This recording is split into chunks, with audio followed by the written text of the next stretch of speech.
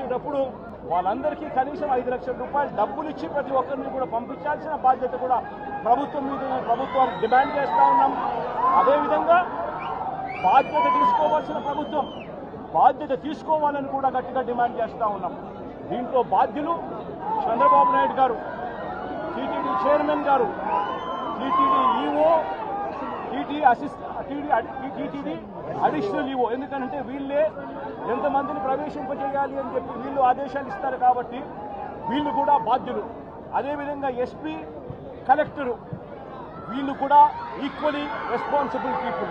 మొత్తం పోలీస్ డిపార్ట్మెంట్ను లేకుండా చేసి పోలీస్ డిపార్ట్మెంట్ను పలసగా అక్కడ పెట్టి ఈ చావులకు కారణమైన వీళ్ళందరి మీద కూడా యాక్షన్ తీసుకోవాల్సిన అవసరం ఉంది.